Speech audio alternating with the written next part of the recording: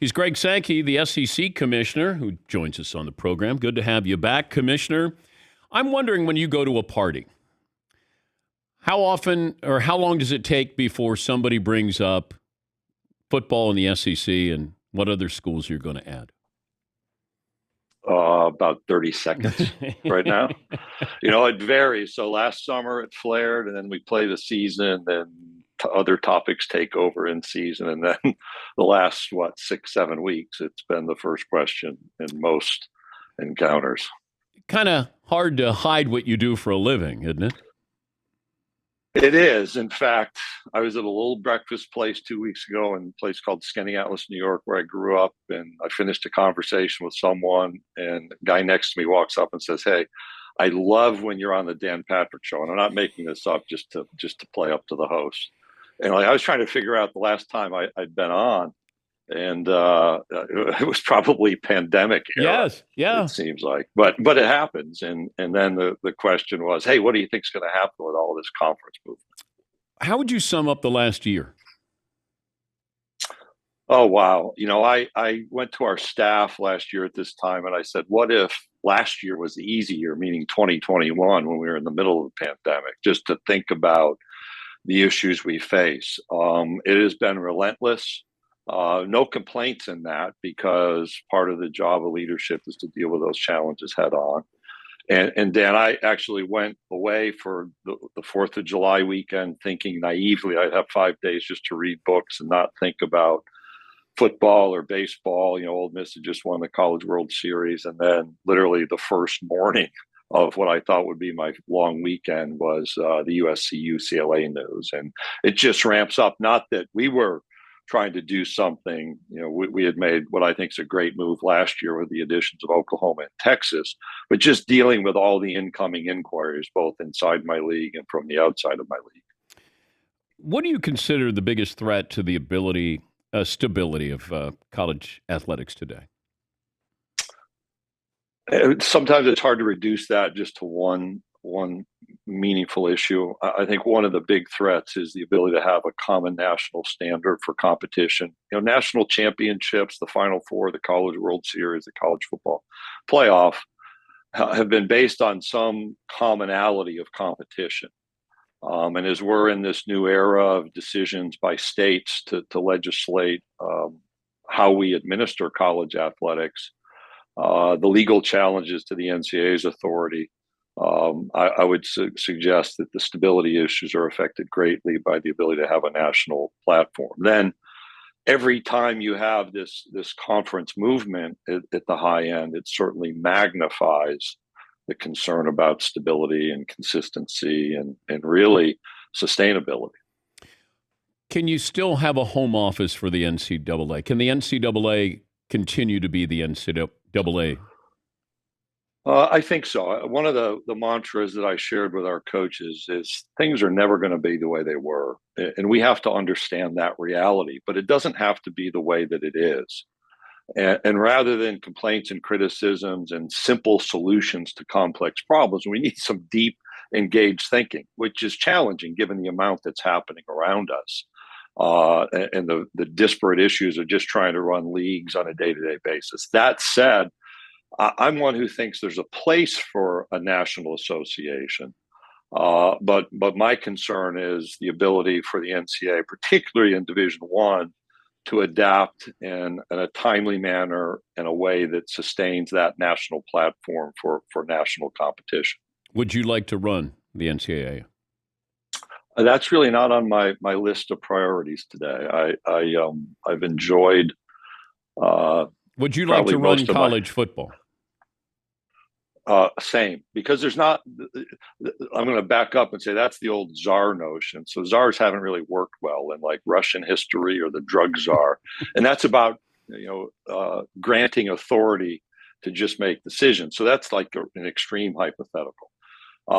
I think we need some deep thought with some really focused leaders away from committee structures I tend to think you grab really bright people, put them in a room, and give them 4 or 5 days to figure out solutions. You can have the kind of outputs that sustain things moving forward, rather than we've got to have everybody represented on a committee from every different level so that we satisfy every interest. And I'm co-chairing a transformation committee, which is a lot of work. And the challenge is we're talking of transformation while we're still stuck in the historical mindset of college sports. Talking to Greg Sankey, the SEC commissioner. I know you're a big runner. It feels like we're at mile 5 or 6 of a 5-year marathon. So what is your 5-year plan for the SEC? Well, I'll back up. So I've finished 41 marathons in my lifetime. And the great lesson of marathoning is the misnomer is 13.1 miles is halfway. 20 miles into a marathon, you're halfway, because those last 6 miles are the hard part. If I were to look out, first of all, I don't think you can just say, here's our 5-year plan. So we don't engage in strategic planning per se. We engage here in the Southeastern Conference in strategic thinking, which is every time we gather together, you analyze what's happening, you analyze the issues, you have the right kind of counsel, generally from the outside, certainly around legislative and legal issues, and then you think forward. So as I think forward, the NCAA has to adapt as an association. We're not in this, well, maybe we should, maybe we shouldn't. And we're seeing some of that right now. I'll go back, though, Dan, to what I observed, that we have a lot of past thinking that still is attached to how we're making decisions moving forward in a modern era. I think conferences are important. So if you're asking me 3 to 5 years out, I think conferences are still important. I think there's meaning for a context of competition. College athletics is very different than professional sports. People can opine about whether or not that's true. I think we need national standards around certain issues. I think certainly academic eligibility and how we conduct ourselves with education at the center. I think health and safety standards are important. And then I think when we get into recruiting structures, how we play the season, those are important parts. We're continuing to think about how we support student athletes, and there are any number of opinions about that. But that model will continue to adapt, as we've seen over the last 5 years. The question is going to be, can we do that in collaboration with people, including our congressional legislators, or are we going to do that through the court systems as we've done over the last decade or so? When's the last time you had a university reach out to you to join the SEC? Nobody calls and says, can I join? It usually begins with a conversation. Hey, how you doing? Wanted to talk through some key issues. And then at the end, hey, if anything ever changes, let me know. And what I tried to communicate at our media days was we're really confident in who we are. We're committed and convinced. We made 2 really wise additions, and I think that shows itself to be true right now in the University of Oklahoma. But when was the last time you had that conversation, Commissioner? Last week. Last week you had a president. Hey, how you doing? No, it's a different folks. Hey, how you doing? If you ever think about it, keep us in mind, which is a compliment. We're not out on the recruiting trail. We're not looking to go beyond 16. There's not some magic number. And that's where I say, Dan, we're confident and comfortable in the decisions we've made so far. But is there a move that could happen that would change your strategy?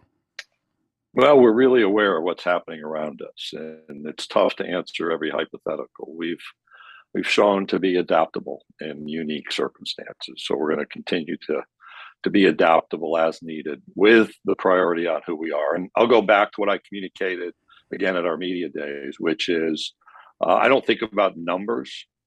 People don't really think through the economics of expansion, so you don't want to just diminish your financial support to your current members to just add to achieve a number. So philosophical approach to high level, nationally competitive athletics, a cultural fit are really important. And that's what we've done in our most recent expansions with Texas A&M, Missouri, and now Oklahoma and Texas.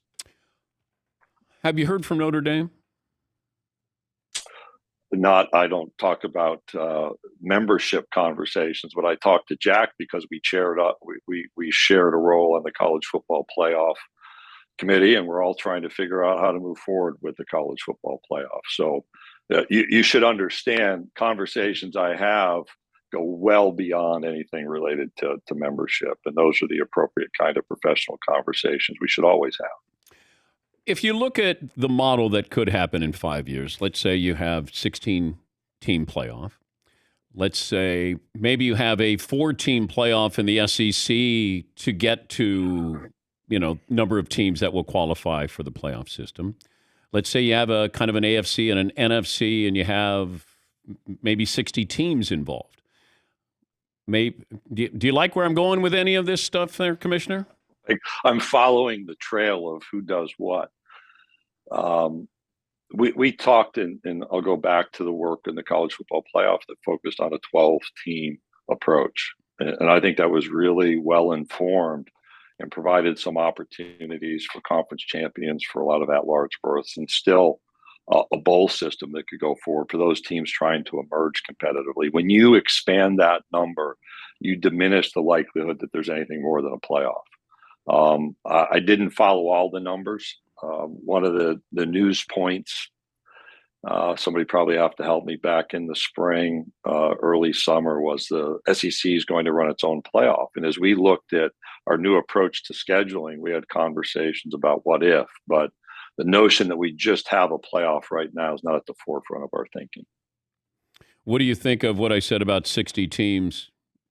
And 60? 60. So let's say I focused on 16. That's my bad audio. Yes, 660 for the entire sport. That, you have 30 over here, 30 over here. I mean, you almost treat it like it's the NFL from the standpoint of, section teams over here, and then they eventually meet for a Super Bowl.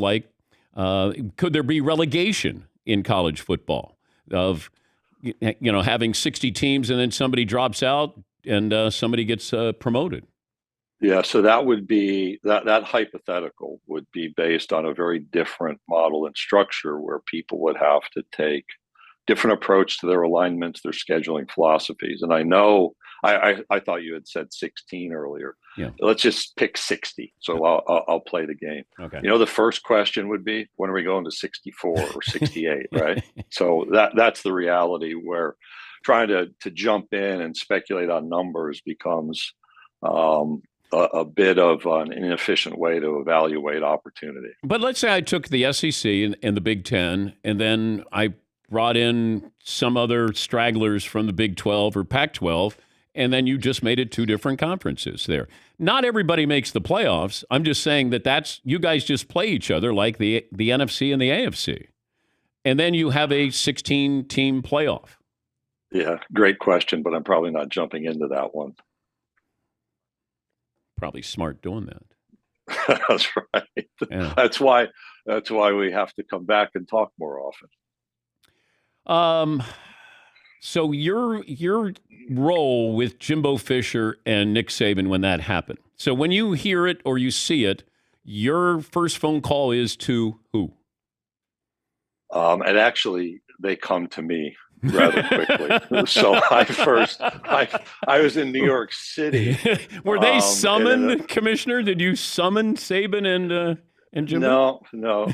There's a picture that circulated on social media as if that had happened. It was like 11 o'clock in New York. One of my staff said, "Hey, you need to know about this interview." And by the time, I didn't really sleep well that night, because it's a bit of a kidney punch, knowing I'm going to have to deal with it. And then it starts with phone calls the next morning. You speak with both athletics directors. I talked and listened to both coaches and said, "Here's what we're going to have to do," and kind of escalated through the day. And then, Dan, when we went to our spring meetings, which are held in Destin, Florida, we peaked our media attendance, and everybody's looking for something to happen. Somebody tweeted out a seating chart from our football coaches meeting, which I never thought I'd have to worry about that particular piece of confidentiality. Jimbo was our chair, and we had a great, deep conversation about what's happening around us in college football. And that's where I began with, look, you have to understand, things are not going to be the way they were. Whatever we've known for 20, 30 years past, that's not the way it's going to be. But it doesn't have to be the way that it is. And what I need is the really bright people around the sport to engage in problem solving with me. And that's where accusations and complaints don't solve problems. And everybody thinks all you do is deal with football. You're the SEC commissioner. You have to deal with all the ancillary stuff as well. I've said to a couple of pro league commissioners and coaches and team presidents, like if I could have one sport to worry about, that'd be great. But we have 21 championships. We're proud of what we do. And we've got women's soccer competition, preseason competition that starts on our campuses this week. And we've got some contenders for the women's volleyball national championship. So we'll get after it and do the best we can to support high level college sports in a great way. All right, don't be a stranger. I felt like you started running your Forrest Gump. You just kept running away from the show there, and we want to make sure that you don't run too far. It's always important to have something interesting to talk about. So you've got my number. Let me know when you want me back. And that guy in Skaneateles, New York, tell me how great I was again in about 3 months. I appreciate that. Thank you, Commissioner. We appreciate your time. Thanks, Dan. Take care. That's Greg Sankey, SEC Commissioner.